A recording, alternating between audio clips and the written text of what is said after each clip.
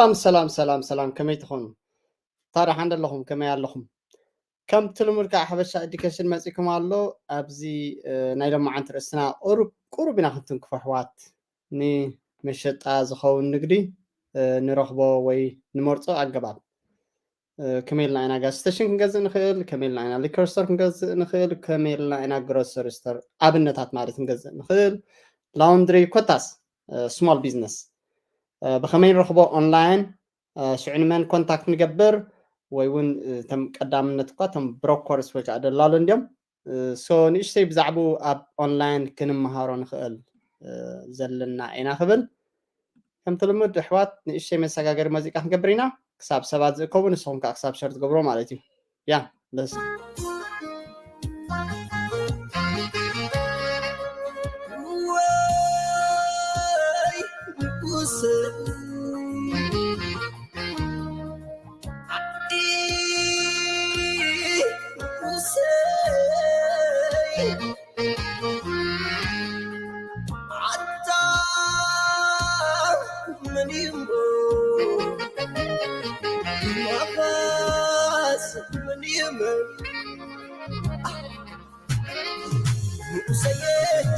سيد كيف بدل يوسف سدد سركبلو مع تخيكو سهي وقفتيكو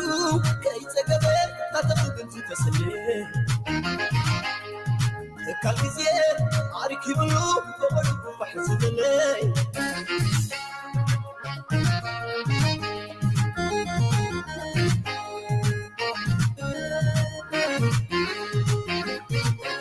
لكايو حوري أبو زلزحابة زحيوز زارة نفسه زي وردو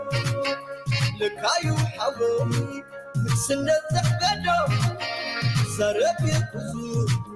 مش تخازن بابا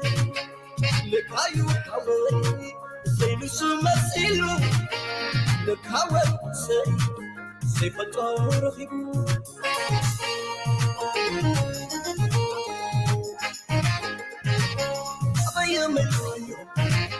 عضياركي قالوا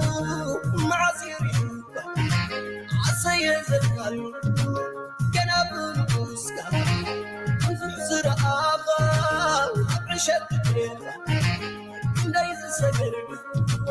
تفتين كبيرة كوركينا بحاوي ماني مغمى مخلو توا كانوا سيئين سوكر في كمسين كي قدين كي عنترين أطلب زحم بسين لا تكبرين لا تقربين بسعتي بزينين سوري توان سلمي توان كنا وش تنسين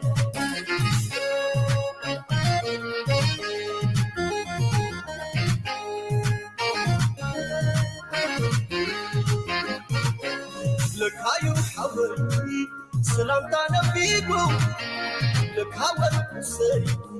أبسطو قليو لكايو حوري عد سمس كده لكاور سري زعبر لكايو حوري تاريخو زلزلزل لكاور سري عدقو زي ملسل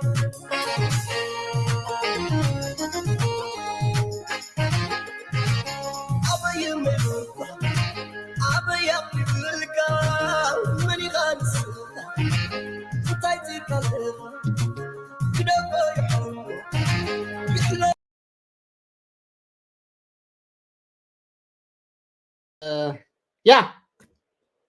بلوحات كم تلمد مسيناكم لنا هجي لما عنتي نريان جاستيشن كنرينا ليكر ستور كنرينا جروسري ستور كنرينا سلستي نهري أبز قرباون بزعبا لاوندري أجازاون بصفف بلا بحدك إلى حونا لاوندري كم يجي كأجزاون كم صارنا يدالوا الله تعتمرت مالتيو أبينا نروح بنخل حوات أزي قبل كل خجن أزي mostly دحان سكراش بحاله بعد خات جمرك أسيلان السابينا 5 كلاسة لو ممكن تدالي نحمو زخونه غاز ستيشن دي زخونه ليكر ستور دي زخونه غروسري ستور دي ዝሰርሕሉ ዝፀንሑስ ከመይ ጌርካ ኣበይ ረኺብካ ኣቲኻ ክትገዝኦ ትኽእል ክሳብ ክንደይ ዋጋ እንታይ ዓይነት ነጥቢ ኢኻ ክትርኢ ትኽእል እንታይ ዓይነት ናምበርስ ኢኻ ክትርኢ ትኽእል ንሳ ኢና ሰርች ክንብል እዚ ኣነ ኣብዚ ዝህቦ ማለት ግን ትብኡ ዝኣቱ ናምበር እውን ኩሉ ሻዕ ዘይቁኑዕ ክኸውን ይኽእል እዩ ዘይቁኑዕ ክብል ከለኹ ኣድቨርታይዝመንት ክህልዎ ክእል እዩ ቁኑዕ ናምበርስ ከዓ ቁፅሪ ከዓ ክህልዎ ክእል እዩ ግን ሞስትሊ ምስቲ ናተይ ትብሎ ብሮኮር ተረኺብካ እትሪአን ቀንዲ እንታይ እየን እተን ቀንዲ ትሪአን ታክስ ሪተርን ክብል ከሎ ዓመታዊ ትሰርሖ ናይታ ትካል ትገዝኣ ብውሕድ ናይ 2 ዓመት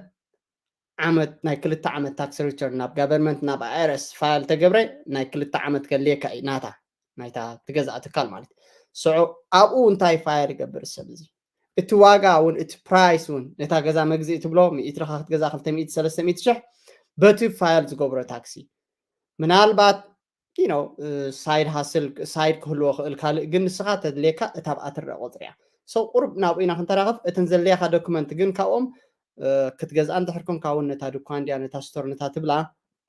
ኣብታ ገዛ እቲ ከባቢ እቲ ኔበርሁድ ኣብቲ ዘሎ ሎኬሽን ናታ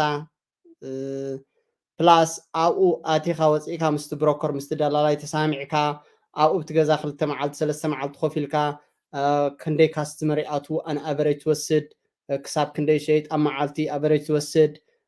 ኮታስ ብዙሕ ምስኡ ዝተሓሰር ኣሎ እዚ ተኣሰር ኣሎ እዚ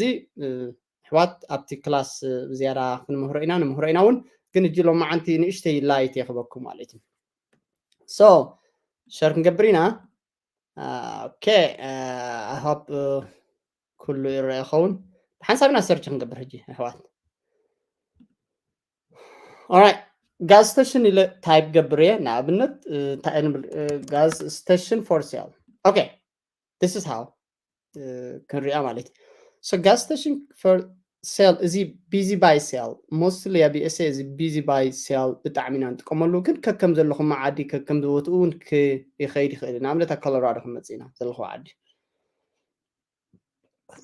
okay እዚ ንመሸጣ ተዳልዩ ዘሎ gas station ኣብ ዕዳጋ ዘለይ እዛ ቢዚ ባይ ሴል ትብል እዚኣታ ሰርች ትገብሩ ኣብ በብዘለኹም ዓዲ በብዘለኹም መስትት እዚኣኹም ሰርች ትገብሩ ማለት እዩ ብምቕፃል ያ ሰርች ናብነት ክንደይ ይኸውን ጋዝ ስቴሽን ኣሎ ብዙሕ ክህሉ እዩ ዲፔንድ ማለት እዩ እዚኣ ምስ ረኣኹም በዚ የማን ዋጋ እዩ ኩሉ እዚ ዋጋ እዩ ንህለኩም ክንደይ ክሽየጥ ይኽእል ናብነት ኣብዚ እንታይ ብለሎ ሪል እስቴት ምስ መሬቱ ከምኡ ምስ መሬቱ ናይ መሬቱ ማለት እዚኣ ብዘይ መሬት እያ ትመስል እዚ ሪል እስቴት ኢንክሉድ ንዝብል ሕቶ ፕላስ እቲ መሬት እዛ ጋዝ ስቴሽን እዚኣ እንድሕር ዓቕምሊና ክንገዝኣ ኮይንናሲ እንታይ እዩ ዝብለና ዘሎሲ እዛ ኮናኮ እዚኣሲ 4 ሚልዮን ትሽየጥ ኣብ ዕዳጋ ኣላ ክንደይ ኣብ ዓመት ግሮስ ትገብር ሬቨኒ ኢና ዝብል ዘለና ኣሕዋት ካሽ ኣይኮና ሬቨኒ ክንደይ ካብዚ መዓት ዝጎድል ኣሎ ኮስት ኦፍ ጉድ ሶልድ እቶም ብዛዕባ እቲ ናይ ቢዝነስ ቪድዮ ዝረኣኹሞ ኦልሞስት 3-4 ቪድዮ ገለ ዘለኹ ነዚ ናምበር እዚ ይፈልጥ እዩ እዛ ኮናኮ እዚኣ 4 ሚልዮን ትሽየጥ ኣላ ማለት 4 ሚልዮንን 125 ማለት እዩ ፕላስ መሬታ እያ without ask I think include decision is annual okay let me go with it I thought plus መሬታ ዝበለ መሲል እንጠኒሑ okay gross revenue እዚ ኣብዚ ዘላ ቁፅሪ ክንደይ gross ትገብር ኣብ ዓመት እያ ናይ 12 ወርሒ እያ እዚ gross ማለት ሽያጥ እዩ ካብዚ ብዙሕ ናምበር ዝጎድል ኣሕዋት cost of goods sold ኣሎ መጀመርያ ክጎድል then gross profit ክመፅእ ካብቲ gross profit ካ operating expense ኣሎ ካብቲ operating expense ካ ናይ ሰራሕተኛ ደሞዝ ገዛ ክራይ ናይ ኩሉ ኣውቶሊቲ ብሙሉኡ ካ ክጎድል ስለዚ ንሱ ይኮነን መጨረሻ ማለት እዩ ስቲል ቆፅሊ ማኣስተሃኒፃ ንዝብል 1977 ያ ስቴፕልሽ ገራ ዳ ጉዳይ እዚኣ ሶ ክሳብ 17500 ስኩዌር ፊት ዘለዋ ዓባይ ቦታ እያ ማለት እዩ ስለዚ እዚኣ እታ ቢልድን ንባዕላ 3645 ስኩዌር ፊት እታ ቢልድን እታ ጋዝ ስቴሽን እዚኣ ማለት እታ ኮናኮሳ ክንደይ ሰራሕተኛ ኣለዋ 3 ሪል እስቴት owned ይውን ነው ሶ ኣብዚ ኣንለኩም include asking price ማለት እዩ ሶ እዛ 4 ሚልዮን እዚኣ ዋጋ እታ ቢዝነስ ፕላስ እታ መሬት ክልቲአን تا بيزنس كلتا نتب شدشت شيء إلنا بلاس تامرت جن 4.1 almost 4.1 مليون مالتي إشيت أزله ስለዚህ እዚኣ 3645 ስኩዌር ፊት ቢልዲንግ ዘለዋ this is እቲ ናምበር ከነጽንዖ ዝግባአና እዩ ማለት እዩ so simple ኣሎ ብዚ ድሓን ክመፅና ኣብቲ ቀጻሊ ምስከድና ክንደይ ኢንቨንተሪ ክንደይ like you know furnitures እንዳበለ ካሽ ፍሎው እንዳበለ ክመጽ ኣይ ነገረናን ካሽ ፍሎው እንታይ መስል ኣይ ነገረና ዘሎ alright ክንቅጽልና ካልእ ክንደሊና ሓት زيان عبنا تحمش سميتين 10,000 ኢሎም ኣለዉ ራያ ኦኬ እዚኣ ጋር ስተሽና seller financial available ማለት እቲ ዋና እቲ ዝሸይጥ ሰብሲ ንሱን ፋይናንስ ክገብረኩም ይኽእል ወይ ከዓ ክገብረና ይኽእል ማለት እዩ ንሱን ክሽየጥ እንድሕር ኮይናሲ ንሱን ኣነ እንድሕር ንኣብነት ናይተይ ተጸኒሓ እዚኣሲ ነቲ ዝገዝእ ዝመጽእ ሲ ብኣዩን ፋይናንስ ክገብሮ ይኽእል ወርሓዊ ድዩ ኢንተረስት እንዳኸፈልክ ድዩ ዓመታዊ ድዩን ክኸይድ ይኽእል زاغا ستيشن زي اخا رايوا برايسا 510 تاني ريفينيو جروس ناي زي اخا 2.8 بلالو فرنيتشرا ابتوش زلو حدقا كباب 440 that's too much alright كاش فولو ناي زي رايوا كاش فولو طري ገንዘብ ናብ ጅባኻ ዝመጻ ገንዘብ ዘየን ኣብ ዓመት كباب 155 ሺህ ይረክብ ሰብዚ ነዚ አንሕገዚ so inventory ንብረት ኣብቲ ገዛ ዘሎ ኣቑሑ ሽየጥ ሓወድኻ ናይ ከባቢ 34,435 ኣሎ so real estate ka ክሽየጥ ኣምስ መሬት ያብለና እንታ real estate ka መሬት ka 1 ሚሊዮን ስለዚ ነዚኣ ክትገዝኣ እንድሕር ኮንካ 1 ሚሊዮን ፕላስ 510 ሺህ كبابي 1.5 مليون كوست تقبرك very cheap right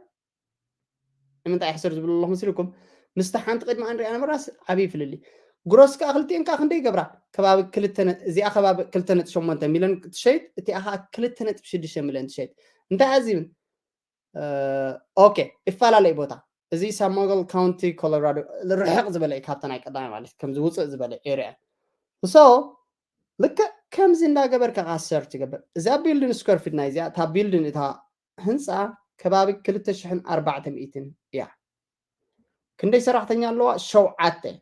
إنت شوعته صراحتني كهلو خلو زي كهلو خلو نات كان عازو سني كوصلي خلو زي كوصلو مالك سلازي سيلر فاينانس كا افيلابل بلنا له كل تسومن نزي اخت جز اخلها كل تسومن كا ترين يقبرو خاين سلامنتا يشط الله نسب ايكا ريتايرمنت ጥሮታ ይወጽ ስለዘለይ so inventory including asking price okay ኣብዛ 510 እዘን 34 ሺህ including ማዓን ሳይን ይብላሎ እቻ real estate ግን እቲ መሬት ግን not including asking price ስለዚ 510 ተደምሮ 1 ነጥቢ ማለት 1 ሚሊዮን 9 ሺህ ደሚርካ ከባቢ almost 1.6 ማለት ዋጋ ማለት so እዚ ለኮሽን ዲቴይል ይብዛዕቡ ስለምንታይ ይሸጣሎ ማለት ስለምንታይ ዝብል ኣብዚ ዘይቁንዕውን ክኸውን ይኽእል ይህዋት ማለት ሪታየርመንት ክብሉኻ ኸልዮም another opportunity ክብሉኻ ኸልዮም ካልእ ፕላን ክብሉኻ ኸልዮም ዓዲ ምቕያር ክብሉኻ ኸልዮም ብዙሕ ዝጥቀምሉ ዘሎ ሜላይ so እዚኣ ክትገዝኣ ድዩ ክትሪኣ ድዩ እንድሕር ደሊኻ ኣብዚኣ ሓበሬታኻ ትእቱ እዚኣ ናታ listing agent يا مالك ناتكا بروكر انتليكا ناتكا دلال انتليكا تزلخا عدقن دولا بلكا ناتكا حساي تفلطوخ ما بزيا زي يسرحو خاصاي كحساي العلا بلكا تليفون دولكا زي على كوشن زي زاغا ستيشن زي سكرين شات غيركا سريدكا سكر ايليت بلا تخلا نشعو مصنعتي زولكو كل نمبرز كرأي كل زي كاش فلو زبهاد زلو 155 شح طرا ገንዘብ ናብ ጅባኻ ዝኣትይ كل خفافيل كايز كل ነገር كفافيل كاسي كباب زيرايو كباب خلتنا بشومنته ወይ كباب 3 مليون شيط اسي ኣብ ጅባኻስ 155 شح ጥራሕ ይመጻሎ መወዳት ዓመት ናበይ ከይዱ ዝሁሉ cost of goods sold operating expense كل ወጻኢታት ተሸፈን ማለት ሰራሕተኛ ካለ ማለት so ከም ነገር ካደለ እዚ ማለት ንኣብነት እዛ ብሮከር ዚኣ ደውልካላ كل ተውፅኦ ማለት ኣይኮነ ገለ ዘይወጽእ ስፔሻልን ክህሉ ይኽእል حتى تخلها ስፔሻሊቲ ፋስት ዝኾነ ዝበለፀ ቦታ ዳርጋ ዘይውፅዎም ክኾኑ ይኽእሉ እዮም ኦኬ እዚኣ ርአያ ካልእ ኣለክ ድዩ ሽዑ ናይ ባዕላ ፕራይቬት ኩሉ ዘለዋ ሊስት ሰደልካ ተመራፂ ግን ኩሉ ኣሕዋት ናይ ባዕልኻ ብሮከር ክህልወካ ክኽእል ኣለዎ ናይ ባዕልኻ እቲ ደላላይ ክህሉ ክኽእል ኣለዎ ምክንያቱ ናብ ሓደ ዓብይ ኢንቨስትመንት ኢኻ ትኣቱ ዘለኻ ናብ ናይ ሚለናር ኢንቨስትመንት ኢኻ ትኣቱ ዘለኻ ናይ ማኣይታ ሸሓት ኢንቨስትመንት ኢኻ ትኣቱ ዘለኻ ስለዚ ኣብዚ ብዙሕ ኮምፕሊኬትድ ኣሎ መዓት ዓብይ ነገር ኣብዚ ኣሎ መዓት ወረቃቅቲ ኣለካ መዓት ዶኩመንት ኣለካ መዓት ላዕልን ታሕትን ናይ ባንክን ናይ ካልእን ኣሎ ስለዚ ኩሉ ሻዕ እንታይ እዩ ትለበዋናተይ ናይ ባዕልኻ ብሮከር ደው ኢልካ እትፈልጦ ዝያዳ ሎሚ ከዓ ብቋንቋኻ ዝረዳእካ ትግርኛ ቋንቋኻ ድዩ ደስ ዝብለካ ሰብ ኣለካ ደውል ኣቢልካ ዛሪብካ ነዚኣ ዳይረክት እንድሕር ረኺብካያ ረኽባ ትኽእልኻ ዲዩ ኖው ሄር ቅድሚ ሕጂ ምስኣት ከይድ ነርካ ድኻ ምናልባት ንዓ ዳይረክት እንድሕር ረኺብካ ንሳ ቀጥታ እንድሕር ሰይዳሃልካ ኣሎ ወዲ ኮል ኣሎ ዝኾነ ፔፐር ወርክ ኣሎ ሳይን ትገብሮ ሳይን እንድሕር ጌርካ ምስኣ ጥራሕካ ኮሚኒኬት ትገብር ሶ ርኢኻ ቅድሚ ነዚኣ ኮሚኒኬት ምግባርካ ደስታ ኢላትካ ክትሪኣ እንድሕር ትደሊ ኮንካ ኣልዕላ ኣቢልካ ነቲ ናተይ ብሮከር ትብሎ ደው ኢልካ እዚኣ ቦታ ረኣየኒ እስኪ ነዚኣ ቸክ ገብራ ደሊ ኣሎ very simple ማለት ነው so this is how you can buy gas station scratch ምጅማር በይና ከነምፃ ኢና alright let's move forward so ከምኡ እንዳበልካ ዝረአይ ማለት እዩ okay another topic so liquor store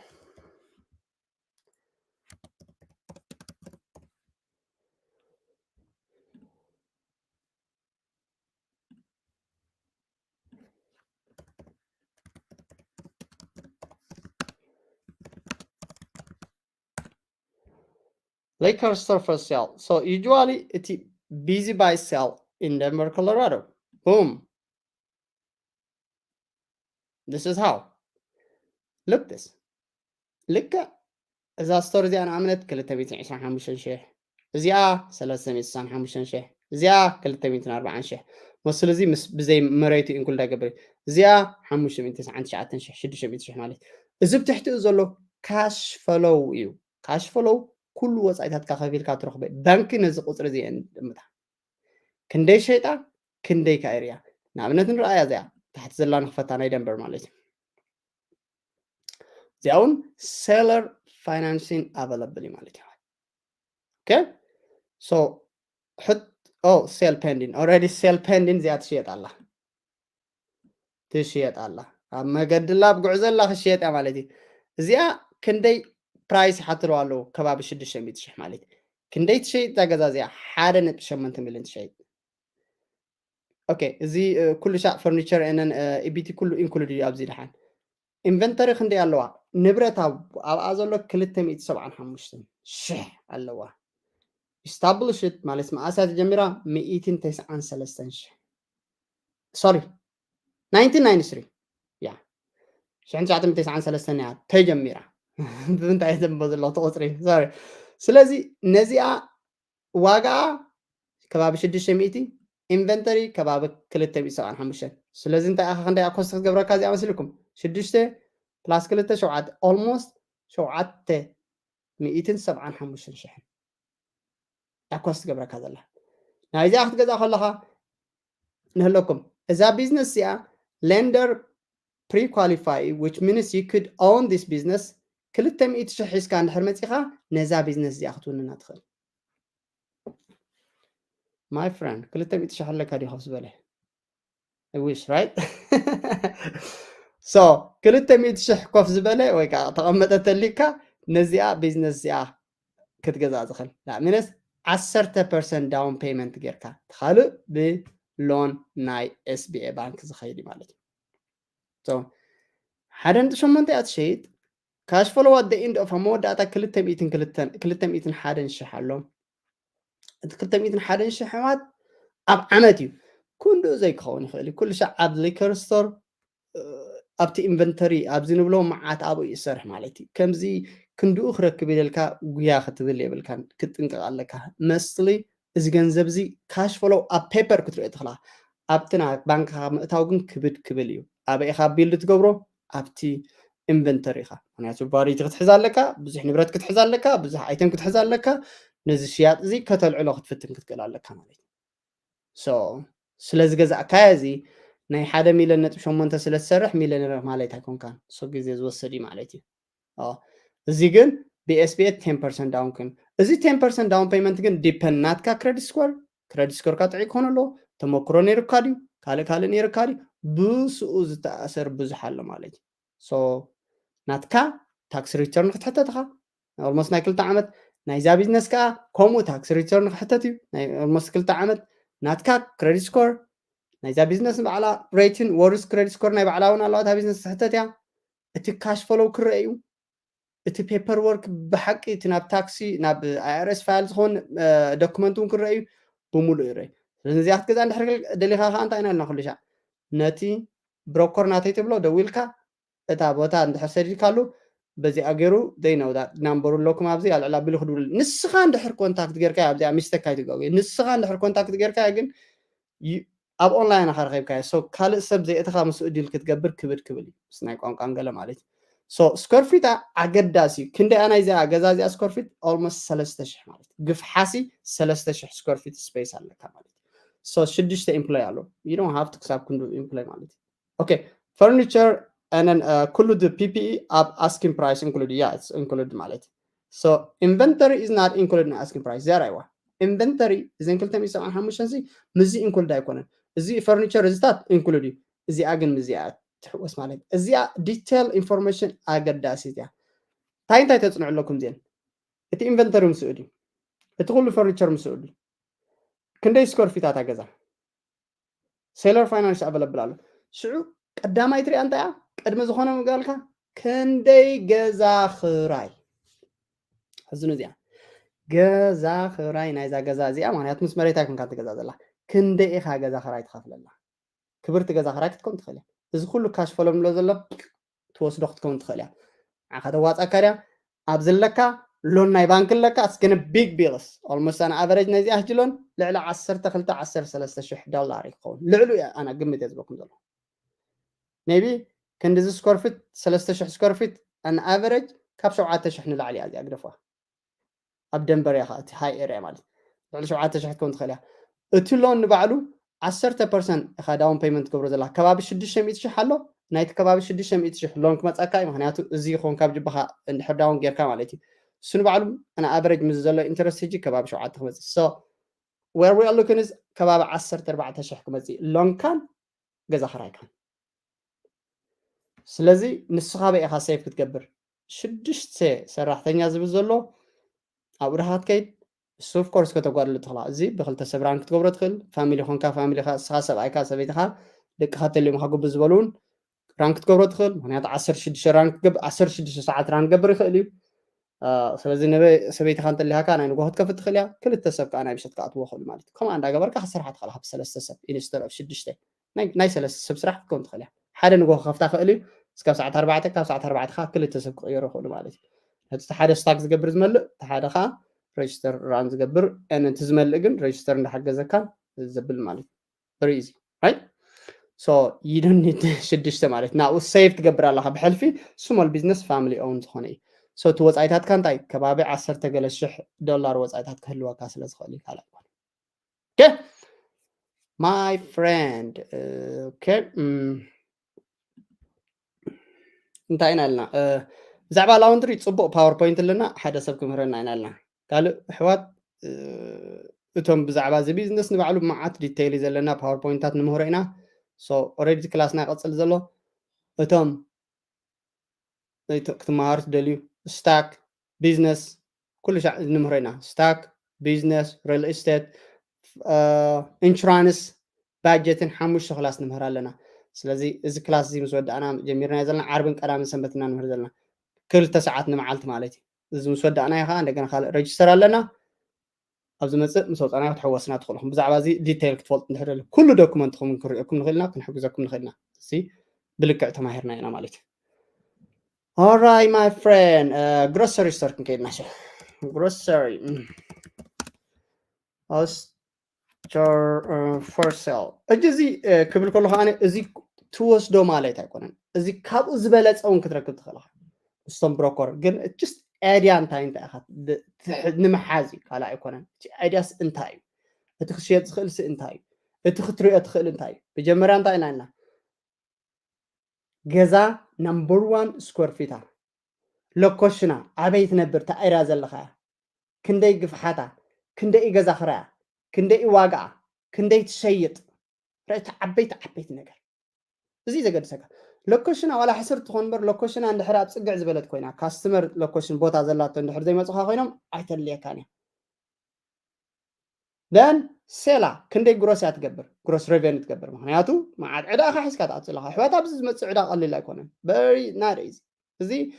open to close almost 16 ሰዓት ወረቲ በዓል ሊከር ስቶር ጋዝ ስቴሽን 24 hours ራን ዝገብር ገሊዩ ባዕልኻ